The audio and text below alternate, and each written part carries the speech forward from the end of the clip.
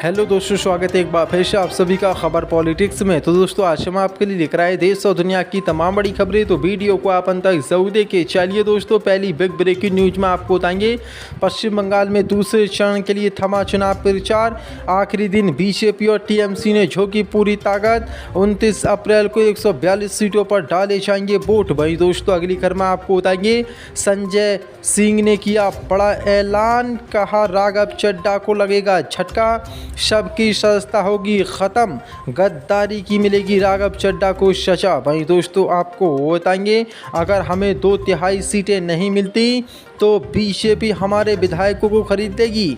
ममता बनर्जी का बीजेपी को लेकर गंभीर आरोप। वही दोस्तों, अगली खबर में आपको बताएंगे आसनसोल में कांग्रेस कार्यकर्ता की हत्या पर भड़के राहुल गांधी, बोले बंगाल में चल रहा है गुंडा राज। वही दोस्तों, आपको बताएंगे मोदी के 3 पक्के यार, ईडी, सीबीआई और ज्ञानेश कुमार। बंगाल में बरसे अरविंद केजरीवाल, बोले ममता के पीछे पड़ी है बीजेपी की पूरी फौज। तो दोस्तों, सभी खबरों को एक एक कर हम आपको विस्तार से बताने वाले, वीडियो को आप अंत तक जरूर देखें।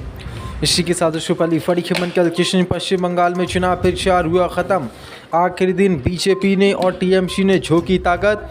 29 अप्रैल को डाले जाएंगे वोट। दरअसल आपको बता दें, पश्चिम बंगाल में विधानसभा चुनाव के दूसरे और अंतिम चरण के लिए चुनावी प्रचार खत्म हो गया है। बीजेपी और टीएमसी ने प्रचार के अंतिम दिन पूरी ताकत के साथ बंगाल चुनाव लड़ने की कोशिश की। अब 29 अप्रैल को मतदाता अपना फैसला सुनाएंगे। आपको बता दें कि दूसरे चरण में 29 अप्रैल को 142 विधानसभा सीटों पर वोट डाले जाएंगे।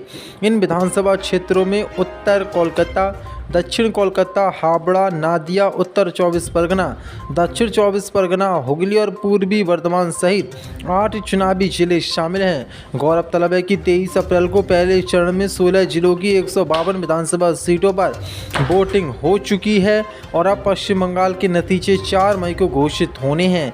लेकिन चुनावी प्रचार दूसरे चरण की 142 विधानसभा सीटों को लेकर खत्म हो गया है। अब 29 अप्रैल को वोट डाले जाएंगे। 4 मई को पता चलेगा पश्चिम बंगाल में अगली सरकार किसकी होगी और किस पार्टी का अब की बार से उपड़ा साफ होगा। इसी के साथ बड़ी खबर के राघव चड्ढा और भाजपा को बड़ा झटका, सबकी सदस्यता होगी खत्म, बागी आप विधायकों पर और सांसदों पर।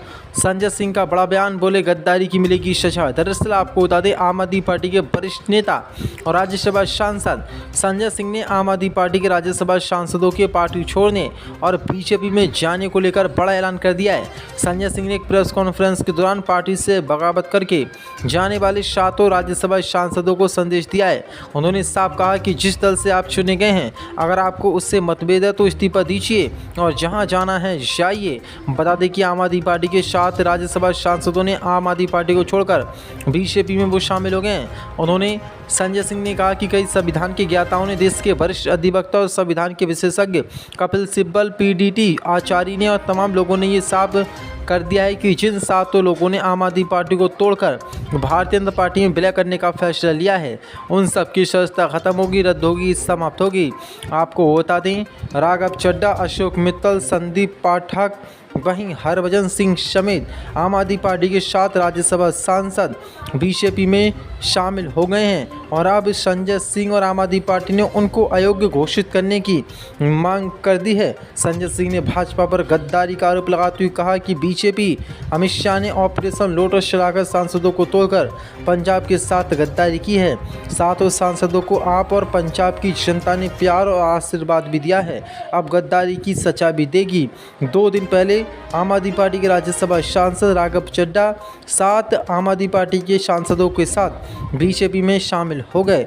अब इसको लेकर राघव चड्ढा को बड़ा झटका जल्द लग सकता है और 7 सांसद भाजपा में शामिल हुए हैं, उनकी सदस्यता खत्म हो सकती है। इसी के साथ बड़ी खबर के भवानीपुर की रैली में ममता बनर्जी का भाजपा पर सीधा हमला, कहा अगर हमें 2/3 सीटें नहीं मिली तो भाजपा हमारे विधायकों को खरीद लेगी। दरअसल आपको बता दें, विधानसभा चुनाव के दूसरे चरण के अंतिम दिन चुनाव प्रचार करते हुए पश्चिम बंगाल के मुख्यमंत्री ममता बनर्जी ने ऑपरेशन कमल जैसी आशंका जताते हुए कहा कि अगर हमें 2/3 सीटें नहीं मिलती हैं तो विधायकों की खरीद फरोख्त करने के लिए बीजेपी तैयार बैठी है।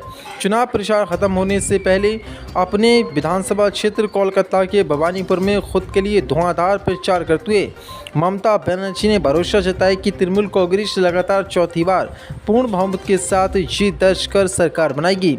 उन्होंने दावा किया कि भाजपा व केंद्र की मोदी सरकार ने तृणमूल कांग्रेस को हराने के लिए अपनी सारी शक्ति झोंक दी है। प्रधानमंत्री से लेकर गृह मंत्री, रक्षा मंत्री तक लगभग पूरा केंद्रीय मंत्रिमंडल, साथ ही राजग शासित 19 राज्यों के मुख्यमंत्री यहां डेरा डाले हुए हैं। ममता ने जोर देकर कहा कि इन सब के बावजूद भाजपा की हार होगी और तृणमूल कांग्रेस की जीत होगी।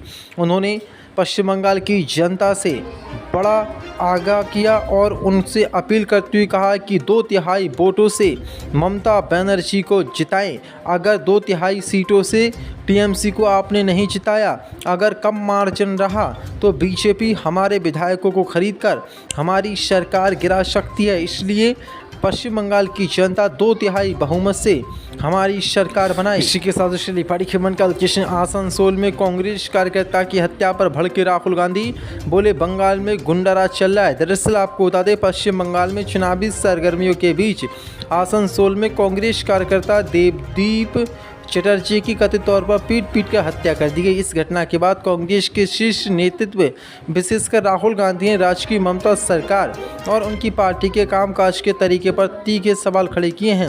पश्चिम बंगाल के आसनसोल में कांग्रेस के सक्रिय कार्यकर्ता देवदीप चटर्जी की चुनाव के बाद हत्या कर दी गई। स्थानीय सूत्रों और कांग्रेस की राज्य इकाई के अनुसार देवदीप चटर्जी आसनसोल उत्तर से कांग्रेस उम्मीदवार प्रसन्नजीत पुई तांडी के साथ मिलकर चुनाव प्रचार कर रहे थे। कांग्रेस की तरफ से आरोप लगाया गया कि मतदान के तुरंत बाद तृणमूल कांग्रेस से जुड़े लोगों ने उन पर हमला किया और उन्हें बेरहमी से पीटा, जिसके बाद चोटों के कारण उनकी मृत्यु हो गई। अब इसी घटना को लेकर राहुल गांधी ने कड़ी प्रतिक्रिया व्यक्त करते हुए टीएमसी की आलोचना की है।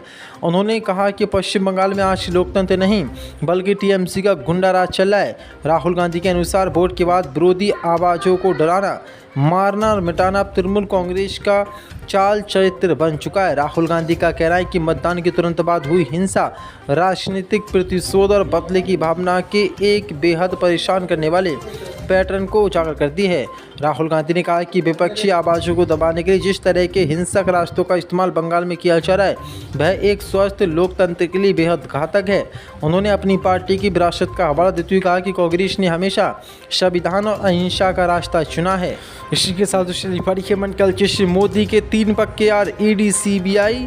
बंगाल में बरसे अरविंद केजरीवाल बोले ममता के पीछे पड़ी है पूरी बीजेपी की फौज। दरअसल आपको बता दें, पश्चिम बंगाल विधानसभा चुनाव तृणमूल कांग्रेस की ओर से एक और मुख्यमंत्री भवानीपुर विधानसभा क्षेत्र से टीएमसी उम्मीदवार ममता बनर्जी अपने निर्वाचन क्षेत्र में पद यात्रा कर रही थी, तो वहीं आम आदमी पार्टी के वरिष्ठ नेता अरविंद केजरीवाल उनके लिए कोलकाता में चुनावी रण पर उतर आए। अरविंद केजरीवाल ने ममता के लिए जनता से समर्थन की मांग की और भारतीय जनता पार्टी पर निशाना साधा। आम आदमी पार्टी के राष्ट्रीय संयोजक और दिल्ली के पूर्व मुख्यमंत्री केजरीवाल ने भारतीय जनता पार्टी पर निशाना साधते हुए बताया कि बीजेपी ने उनके हर अच्छे काम को बंद करा देने का आरोप लगाया। केजरीवाल ने कहा कि आज बीजेपी ने दिल्ली में हमारे किए गए सभी अच्छे कामों को बर्बाद कर दिया है।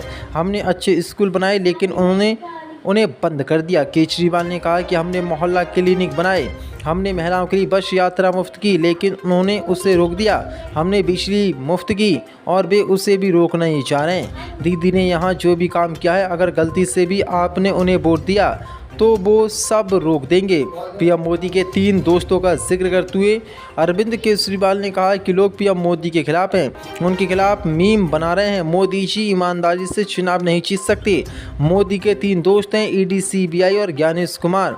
पूरे देश से यहाँ सेना बुलाई गई है, इसकी क्या ज़रूरत है? क्या बंगाल के लोग आतंकवादी हैं? ये बंगाल के लोगों का अपमान है। बंगाल में 3,50,000 सैन्यकर्मी तैनात किए गए हैं, उन्हें किस बात का डर है? इन सब के बाद भी अगर मोदी चुनाव हार चाहते हैं तो बंगाल के लोग उनसे पूछना चाहते हैं क्या वे इस्तीफा देंगे। अरविंद केजरीवाल ने अपने कोर्ट केस पर सफाई देते हुए कहा कि 1 साल पहले उन्होंने मुझे एक झूठे केस में जेल भेज दिया था। फैसला आया और कोर्ट ने कहा कि अरविंद केजरीवाल पर लगे सभी आरोप झूठे हैं। केजरीवाल बेकसूर और पूरी तरह से ईमानदार है। ममता बनर्जी के साथ जनता के आशीर्वाद पर केजरीवाल ने कहा। ईडी, सीबीआई, केंद्रीय बल, पीएम मोदी, हर कोई ममता बनर्जी के पीछे पड़ा है। बीजेपी के मुख्यमंत्री घर घर जाकर प्रचार कर रहे हैं। हर कोई एक अकेली महिला के पीछे पड़ा है और फिर भी वह जीतती हैं। वह जीतेंगी क्योंकि काली मां का आशीर्वाद उनके साथ है।